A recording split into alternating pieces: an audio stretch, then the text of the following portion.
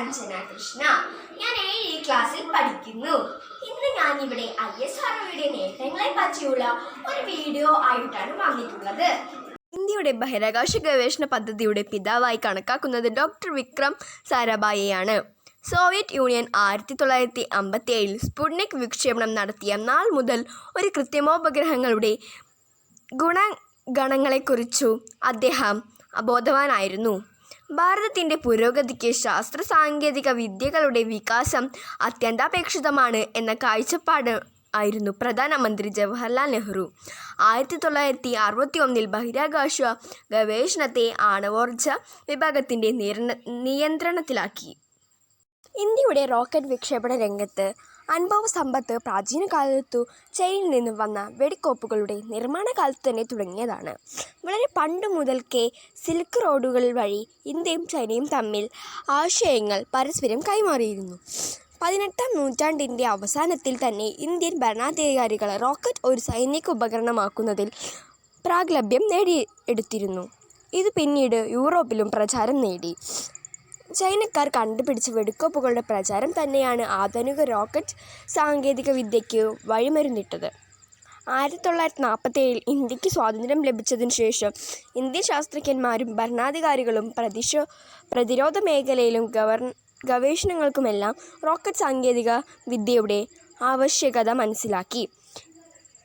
ഇന്ത്യയെപ്പോലെ ഒരു വലിയ രാജ്യത്ത് നിന്ന് അതിൻ്റേതായ സ്വന്തം ബഹിരാകാശ സാങ്കേതിക വിദ്യാപാടവം വേണ്ടിവരും എന്ന തിരിച്ചറിവും കാലാവസ്ഥ പ്രവചനത്തിനും ആശയവിനിമയ രംഗത്തും കൃത്രിമോപഗ്രഹങ്ങളെ ഉപയോഗപ്പെടുത്താൻ കഴിയും എന്ന ദീർഘവീക്ഷണവുമാണ് ഇന്ത്യയെ സ്വന്തമായ ഒരു ബഹിരാകാശ ഗവേഷണ കേന്ദ്രം സ്ഥാപിക്കുന്നതിന് ഇന്ത്യ ഭരണാധികാരികളെ മുന്നോട്ട് നയിച്ചത്. ഡോക്ടർ വിക്രം സാരാഭായ്.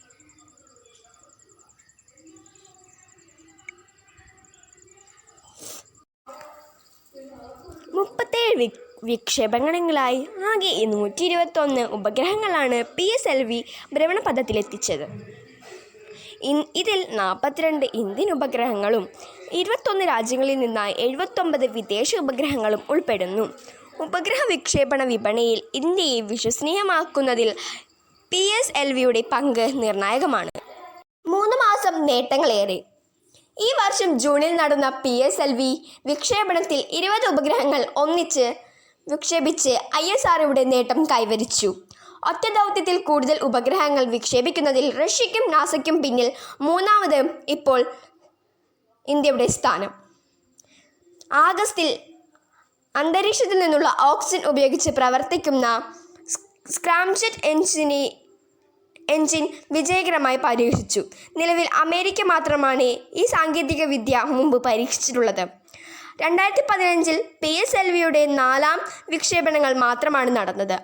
എന്നാൽ 2016 ആദ്യ 9 മാസത്തിൽ തന്നെ 5 ദൗത്യങ്ങൾ കഴിഞ്ഞു. ഈ വർഷത്തെ 8ാം വിക്ഷേപണത്തിൽ 8 ഉപഗ്രഹങ്ങൾ ഭ്രമണപഥത്തിലെത്തിച്ചുവെന്നതും ആകസ്മികം. റീസ്റ്റാർട്ട് സാങ്കേതികത. ഇരട്ട ഭ്രമണപഥത്തിൽ ഉപഗ്രഹങ്ങൾ എത്തിക്കുന്നതിന് ഉപയോഗിച്ച റീസ്റ്റാർട്ട് സാങ്കേതികത ആദ്യ ദൗത്യത്തിൽ തന്നെ വിജയത്തിലെത്തിക്കാൻ ISROയ്ക്ക് കഴിഞ്ഞു. ഈ സാങ്കേതികത ഉപയോഗിക്കുന്നതിലൂടെ വിക്ഷേപണ വാഹനത്തിലെ എൻജിൻ തണുപ്പിക്കാനും കനത്ത ചൂടിൽ നിന്ന് ഉപഗ്രഹങ്ങളെ സംരക്ഷിക്കാനും കഴിയും. നേരത്തെ യൂറോപ്യൻ സ്പേസ് ഏജൻസി വേഗ റോക്കറ്റ് ഉപയോഗിച്ച് ഇരട്ട ഭ്രമണപഥത്തിൽ ഉപഗ്രഹങ്ങൾ എത്തിച്ചിരുന്നു. ഏറ്റവും ചെലവ് കുറഞ്ഞ രീതിയിൽ ഉപഗ്രഹങ്ങൾ വിക്ഷേപിക്കുന്നതിനായി അമേരിക്ക ഉൾപ്പെടെ വിവിധ വിദേശ രാജ്യങ്ങൾ ISROയുമായി കരാർ ഒപ്പുവെച്ചു കഴിഞ്ഞു. ISROയുടെ വാണിജ്യ വിഭാഗമായ ആൻഡ്രിക്സ് കോർപ്പറേഷൻ്റെ ഈ വർഷത്തെ വരുമാനം 1790 കോടി രൂപയിലെത്തി. മുൻ വർഷം ഇത് 1717 കോടിയായിരുന്നുവെന്ന് ആൻഡ്രിക്സ് CMDS രാകേഷ് പറഞ്ഞു.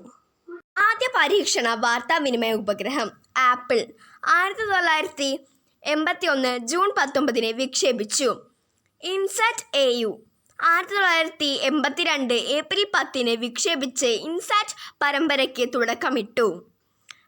IRS-1A എന്ന ആദ്യ വിദൂര സംവേദന ഉപഗ്രഹം 1988 മാർച്ച് 17 ഭ്രമണപഥത്തിൽ എത്തിച്ചു. Polar satellite launch vehicle PSLV ചെടുത്തു. 20 September 2004 JSLV വിജയകരമായി വിക്ഷേപിച്ചു.